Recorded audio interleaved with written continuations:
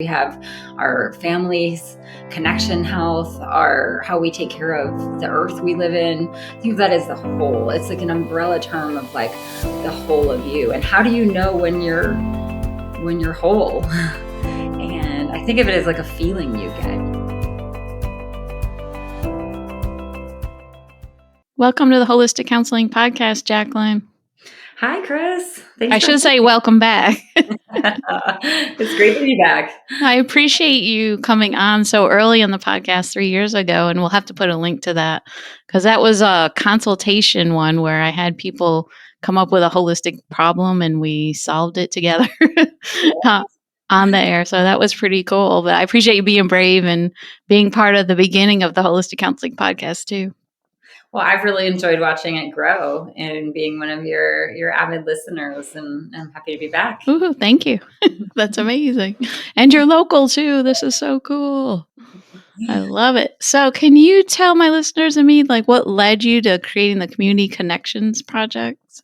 Yes. So this year at Carolina Counseling, I am doing a research study in the community. And what that means is once or twice a month, I am visiting different places and doing a docuseries and taking some filming and researching and posting it to our social medias and our website to show the community and the triangle and the triad and basically anywhere in the North Carolina of all the amazing places in the area that is good for your mental health, your physical health, your spiritual health, places that offer complementary services outside of the mental health clinic space that we have. And I have a pretty nice following. So they'll go out and they'll go try the places that I go see. So I call myself a curious researcher and a community connector. And that's what we're doing for 2024. And it really began with us needing, everybody noticed the divides and the division and the mental health struggles that we all had post-pandemic, providers included. And we're just coming back out and we're coming out stronger. We want to connect with people and start making things stronger and better in new ways. So what better thing to do? And also it supports the local businesses. So I love to visit local businesses and then let other people know where they are so we can give them some love and support post-pandemic because so many businesses closed and suffered right during that time. And boy, do we need holistic healing now more than ever, don't we? Right. Absolutely. And we need it and we deserve it. So, yeah. So how would you, let's rewind for a minute. How would you define holistic? Yes. When I hear that word, when I hear that word, I think of whole, whole, being whole, treating yourself as a whole.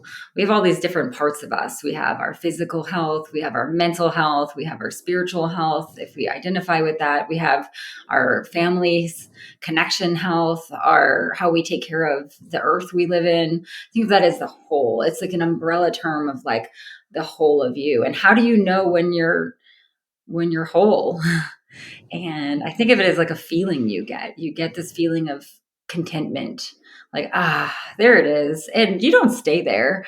I saw a guru one time doing a meditation workshop and he said, well, you can get enlightened and you can practice finding enlightenment and you'll find it for a few moments and then you become human again. So it's not human to stay there. No. And I loved that. I remember with fondness that was a time where you're like, okay, I can find inner contentment. I can see what it feels like. I might not stay there and that's all right, but I know how to return to it. It's that impermanence, right? That's right. For and I think of that when I think of the word holistic. It's like, how can I take care of my whole so I have more inner contentment? I live more in that space than I do in the chaotic and the anxious and the depressed. Yeah. So I think that really, you kind of pull it all in there, don't you, with the holistic. Yeah, that's amazing.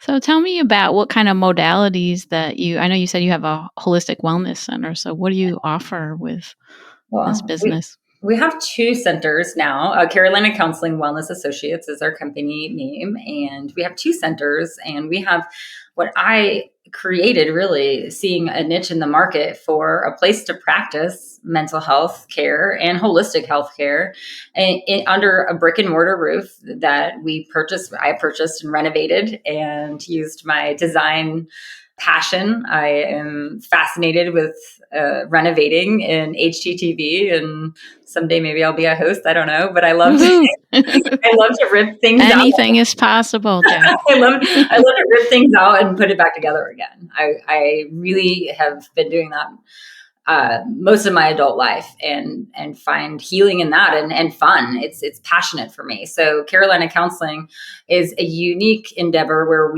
I got the brick and mortar, I turned it into a wellness center where interdisciplinary practitioners can come and practice there. And they are licensed in the state of North Carolina, associate levels typically. I do have a massage therapist that are at one of our centers. And we have either massage, I've had a Reiki master practice at our Apex Center for a while, and we have social workers who specialize in their own unique special areas, and also mental health licensed counselors that specialize in their own disciplinarians. And when I'm hiring and bringing people into this collective, I really try to find a balance of providers that offer different services. So I have one who does mother and mom coaching for new parenting support. She also has a EMDR practice that she integrates in different modalities there. And her name is Holly Moore, and she's one of my strongest providers as far as like the depth of experience that she has. And I have other providers that work with female issues, fertility issues, marriage and family counseling. And we also have a child specialist now who works with adolescents and young children from the age of 7 and up. So we have a really holistic Friday. So we have at least one provider that could help with certain subject matters that might be a struggle for our community. So we have that there. And I know we talked a little bit with group practices, and I'm just ending mine and going back to solo because I don't want to manage people. I don't want to tell people how to do their notes and get them done. That just makes me insane. Or your treatment plan is still not done. For me, that just is like torture.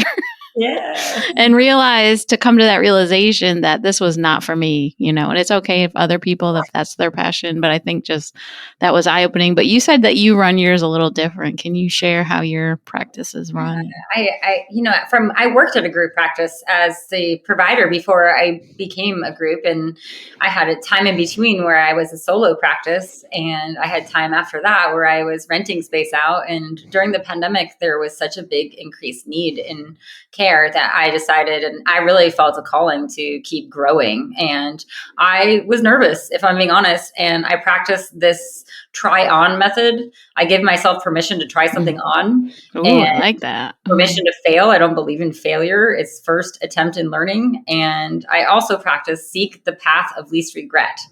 And post-pandemic, I was feeling this urge to expand and make a place. I had over 200 people on my caseload, which was not sustainable. 200 people? I was seeing some of them only once a month because I had stabilized them. So I was stabilizing and referring out and stabilizing and referring out.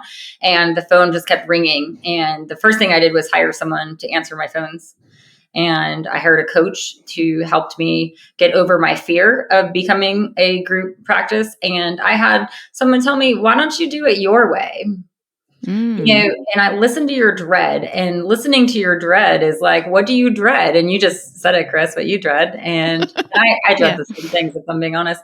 So I decided to start interviewing and creating a business model that I didn't dread, that I felt like I'm more of like an inspirational speaker to my providers. I give them the structure, I give them the space, I give them the walls, I give them you can do this and you don't have to do it alone. And I also have learned how to fire people, and I've had to let people go. That's the tough thing, because you do have to accept that and realize it and have those hard conversations. That's right. And I interview very long. And I interview for 3 weeks and 3 different rounds of interviews, and we're a specialty practice, so we're not going to be expansive. We're going to be a really tight knit group of specialists and offering 5-star care. That's very important to me, to help end mental health stigma, to have really great providers on staff that are professional and independent. So they are all independent contractors that work under their own MPI numbers and use our infrastructure. And we have great holiday parties. I'll tell you that. We have a good time. That's great. Yeah, but we don't do the, emails about what they did wrong. None of that. There's none of that like fear-based leadership in there. I have a strong background in leadership. Mm-hmm. I was in the military at a young age, and I learned a lot about the chain of command and how independence and integrity is something, those 2 things that I really wanted to put into my work model. And everybody in my practice, in our practice, I call it R because I feel like we work together as partners. They have that independence. And I let them know in the first interview, if they need a lot of handholding, and that's okay if they did, this is not the place for them. And so you were very clear.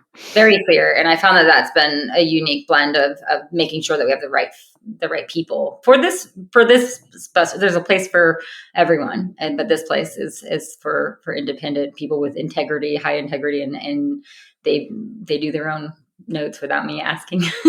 Yeah. Thank you, everyone. Yeah, of course. Right. But it sounds like you just figured out what would work best for you and was in alignment with your values. Try it on. It's try it on and see how it feels, and permission to be honest with yourself. If you That's don't, it, isn't it? We got to really be honest with what we want. That's right. And I just wanted to maximize, I knew my why. My why, it was I wanted to help more people. And I saw people and most of the people that work with me are associate level licenses to begin with. So they really needed that independent model with help and support for the business side of things, which I've got a knack for. So, they didn't want to have to do the profit and loss statements that I just finished yesterday because it's tax season. I understand. They didn't want to have to pay all the bills, and I do. I pay I pay all the overhead and the mortgage statement. Yeah. But I find that fun. That's not the dread for me. It's not. Oh my God. I was just thinking like all the stress with tax season today. I'm like, dread it so much.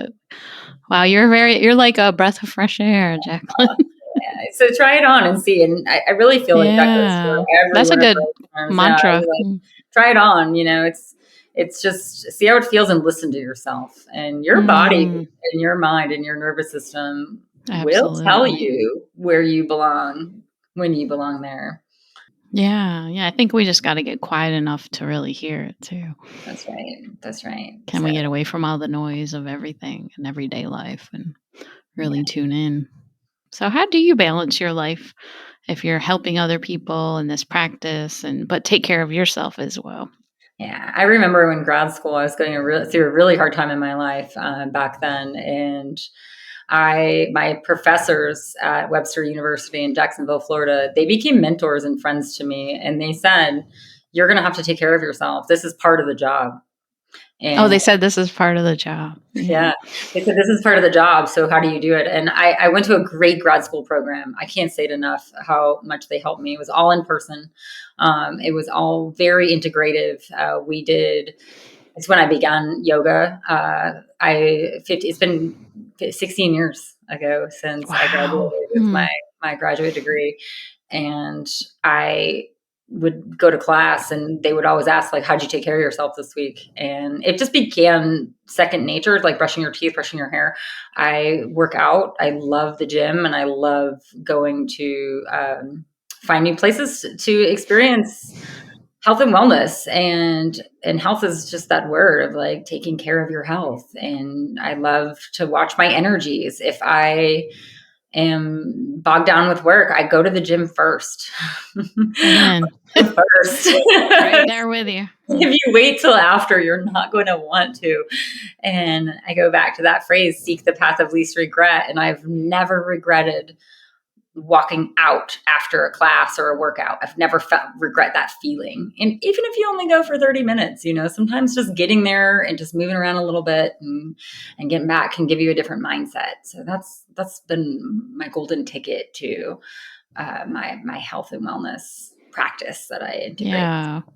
And I think you said too, though, just what you've created with your business is like a self care model for you too, isn't it? And Absolutely. Right. Yeah. I yeah, don't have a lot and of for the days people that work for you, I you don't have days what? off, and I don't have days that I feel like I'm working. It's interesting. Like I have days where I rest, days where I put the computer down, I put the website Yeah. down, and things like that. But I'm also always taking care and being and learning new things and learning new things to ways to take care of myself too, because we change at different times of our lives. Yeah. So what kind of clients do you see at your practice? My specialization really is domestic violence and trauma recovery. Mm, That is my essence of most of my clinical training. I do see anxiety disorders and relational concerns, like people that are either like trying to make their relationship mm. healthier, their intimate relationship, or out of either leaving an unhealthy relationship, or making sure that they don't get in one that is abusive because of my background in domestic violence. I previously, before I had Carolina Counseling, was a domestic violence advocate and a supervisor at the Safe House in Oh, the nice. outskirts of Baltimore. So I have a little story about that I have on my website because it was a project that they gave me. They really they hired me to Mm, renovate, and renovation's been my passion that's integrated into my field of mental love health it. Mm. counseling. And they had me redo the whole safe house. So we worked with a big program there and renovated the whole safe house, Mm, and worked with a lot of women and children. There was over 300 women and children that we helped in placements of safety right. Mm. while I worked there. So that's my area of specialization that I work with in clinical care.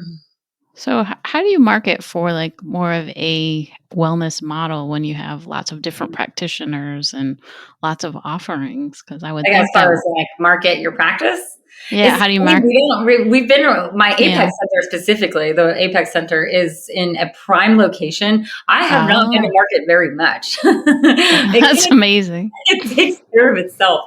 Now that we've been there, we've been in our Apex Center for 8 years. That So, helps too. yeah. Yeah. But when I did have to market, really, Google Analytics is my friend. I've learned how to Ah, code websites with SEOs. So my website is, I think, like on the top Google when you look up for counselors in Apex, will pop up there. So just learning some coding and some nerdy stuff that I like to do in my spare time. so you have a lot of different things that you've learned, I guess, to help with this practice. Yeah.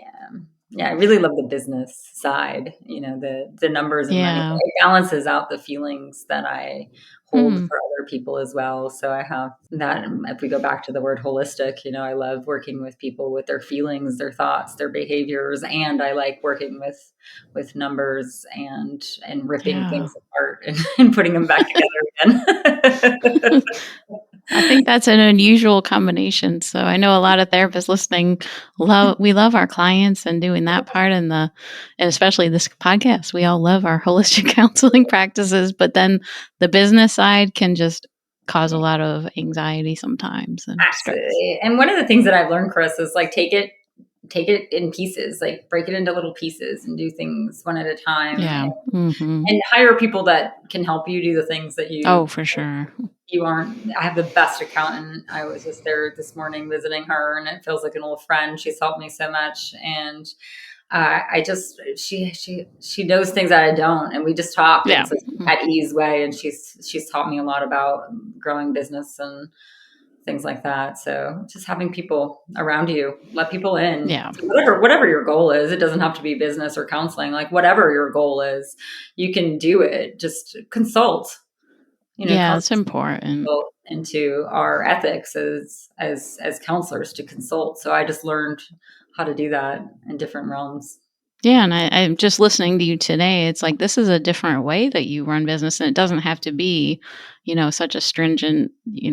I guess I'm just thinking of group practices I knew about that the way they're run. It's not like yours. So just knowing that there is endless possibilities. Yeah. And I see a big industry change in how Yeah. all people are wanting to work.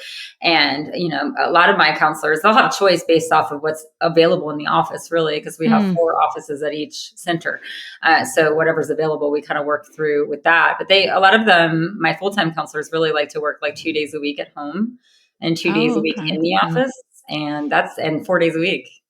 I see that as like an industry wanting now. They don't For want sure. maybe the Monday through Friday 9 to 5 like just doesn't sit well with a lot of people. And it's been our culture for a long time, but I see that changing. And I really wanted a progressive business model that allows some growth and opportunity for that to be an Right. example of how people can do things our way. What works for you? Where's your dread? I remember listening to my dread has been the biggest teacher of my life in relations personally and professionally. And you will tell yourself exactly what you don't want to do. Yes. I don't want a group practice. And that's okay. Period. Absolutely. And I remember feeling that way too. And that's why I made it this way. So Yeah, that's I made it a different amazing. way. But everyone's dread will be like a personal thing for them to do a Sure. reflection about, like, what But it's okay. It's okay where you are, absolutely. and even if you wanted to leave the counseling field, that's okay too. So That's find right. something that you're passionate about. Yes, I would love the listeners to know that, your dread is personal. Don't compare yourself with other people. If you do it with curiosity, not with criticism. With curiosity, not criticism. And I always say too, what can you learn from people? Absolutely. If you see someone that's really successful, to maybe get to know them and see what you can learn.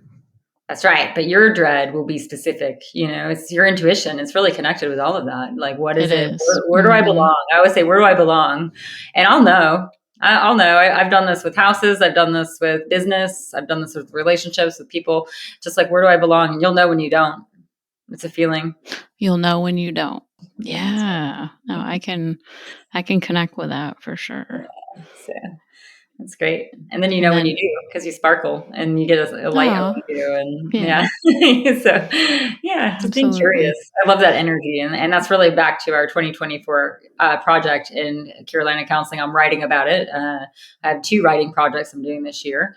And it's exciting because we get to try things on. I love to go to a place, and if I don't like the place, I'm not putting it on the website. I'm not going to put it. I'm putting the places where I'm like, I really like this place. And then my clients, my listeners, people in the community can say, oh, let me go try and see if I like it. And if they don't, Okay. okay, So you put these on your website, the ones absolutely. that. That's what we're working on right now. Right now, we're collecting all the data, and then That's really cool. we're going to have it all on there. We're going to have playlists and Oh, songs I can't wait. and podcasts people can listen to for inspiration, things, people, places, and things we love is the title. Yeah. Oh, okay. Yeah. That's amazing because as a holistic therapist, I refer out to other holistic providers, but not just therapists. So I refer out for Reiki and, for you name it, shaman in the community. But I think that's so cool though to have that and vet those places and That's great. really Well, feel maybe good about that. after our call, you can give me a couple ideas of places I should go Oh, see. I will. Definitely. Yeah, because I've gotten to know some of the holistic community here, and it's just, we got some amazing resources. We really do. And, this all got stemmed from my clients asking me, do you know a place? Do you know a book? Do you know a thing? And I'm always writing them down on little sticky notes. And I'm tired of that. So I'm going to be like, yes, it's on the website. See, now you gave me. Now I'm going to do that too. I love Absolutely. that. I'm happy to share. I love sharing ideas. I don't hold them. Yeah, yeah. No, I think that's invaluable because you're right. I'm always sharing information with clients about holistic modalities and even, YouTube videos, podcasts, you name Absolutely. it. Besides mine, of course. I do share others. That's right. And books. I read books. I love to read and then have clients that will always ask me, like, and I'll know where they are in their stage of life, like Right. what's going on in their problems. Like, oh, this is the book that was helpful for someone else. So maybe this will be helpful for you. And I have this phrase called take it or leave it.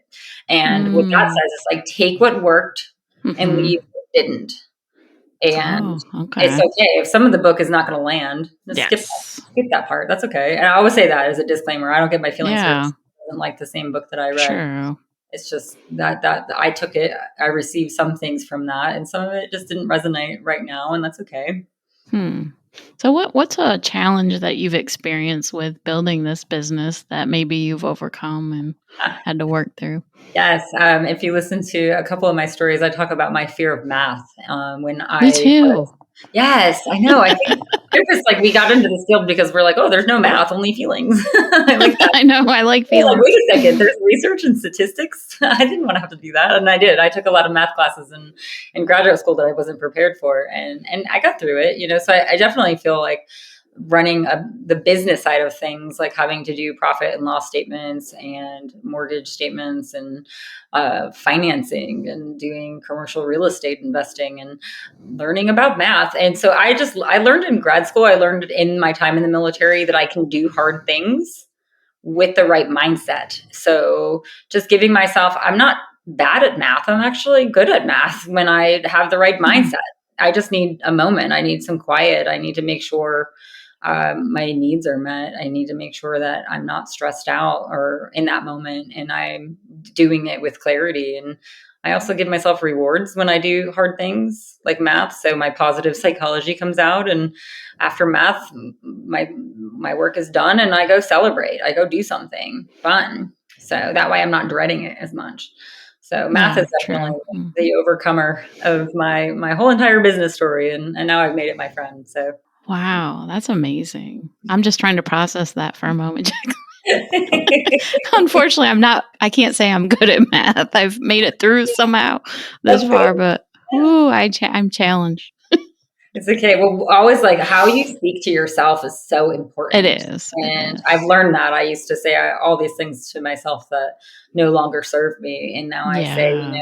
I learned how to do math. That's what I I say. learned, yeah. I learned, I and I have say learned a that. lot in private practice. I really have. Absolutely. We learn, and software catches up with itself. I have a great record system that runs our practice, and I'm grateful for it. It does a lot of the integrated work. So technology has not always been my friend either. I feel like, we've learned a lot. Yeah. Every therapist listening or every human being listening, Mhm. technology is growing. It's going to keep Yes. growing. So how to utilize it is important. Yeah, to really think about that. What's the best way? So, what Yeah. advice would you say to a listener who might be wanting to do a business model like yours, but to make it their own and maybe they have some apprehension about it? Well, reflect on your why, WHY, like why, and make sure you're solid with that. One of my best tips is don't do it for the money. People get stuck for that, and then they don't have the passion to help them. So I Mm, love to make decisions from helping people is my why. Growing, being able to live a full, authentic life. That's my why. Money comes out the back end. So it really does. yes. It comes like a little wave on the back end, but Mm, it can't be the reason I feel. And that's just for me, for my experience, is that if my why is from my heart, it's mm, for making a life that I feel proud of, for helping others and helping myself, then everything else kind of it settles. It works itself through. yeah, it works itself through. You have so many good mantras and mindsets. I can tell you've done a lot of work. Yeah, we've been making quotes too. We have T-shirts with quotes on them Do for you the. really? Yeah, one of my favorites is "Seek the path of least regret," and I feel like Mm, seeking the path of least regret can be this. Oh my gosh, for everything. You yeah, can that's ask yourself, true. it's that curious energy of, like, because you, just like your dread, you're the only one will know what regret feels like and also how to Mm. avoid it. So that's food for thought for listeners too to think about. Yeah, it's Mm. personal. It's like a reflection inside you. Like, no one else can tell you what you might regret. I'm going on a really big trip in 2 weeks to see my 93-year-old grandmother, Aw. Mm. and I don't love to fly. I'm honest about that, but I would regret not. Mm. I would It's regret not. true. So I can get over that little bumpy flight, down to see her, because I know that feeling of regret if she passed this year and I didn't. And Yeah, that exactly. keeps me going. So I make decisions Yeah. in that Mm. model. I really do, for my personal and professional life. Mm. Yeah. Well, you gave us a lot to think about today. I'm going to have to listen again to this episode. I hope listeners took notes too. What's the best way for listeners to find you to learn more about you? Absolutely. Jaclynfortier.org is our new website that we're working on for our community projects, and CarolinaCounselingWellness.com. And we have a couple Instagram handles as well, but I have turned that over to an assistant, which is wonderful. Isn't it great? And we'll have that in the show notes as well. But thank you so much for coming back on the show. Thank you. It's nice to be here. Absolutely. And listeners, thanks for tuning in today. Do you always put others' needs before your own? As counselors, we often prioritize the needs of others, but my self care for the counselor book is your invitation to turn that nurturing inward. Discover practical self care rituals, ways to upgrade your daily transitions, and small gifts you can give yourself designed to replenish your energy and cultivate resilience. It's not just a book, it's a companion for those moments when you need a gentle reminder to prioritize your own well being. Go to hcpodcast.org/self care. And once again, this is Chris McDonald sending each one of you much light and love. Till next time, take care. Thanks for listening. The information in this podcast is for general educational purposes only, and it is given with the understanding that neither the host, the publisher, or the guests are giving legal, financial, counseling, or any other kind of professional advice. If you need a professional, please find the right one for you. The Holistic Counseling Podcast is proudly part of the Sightcraft Network.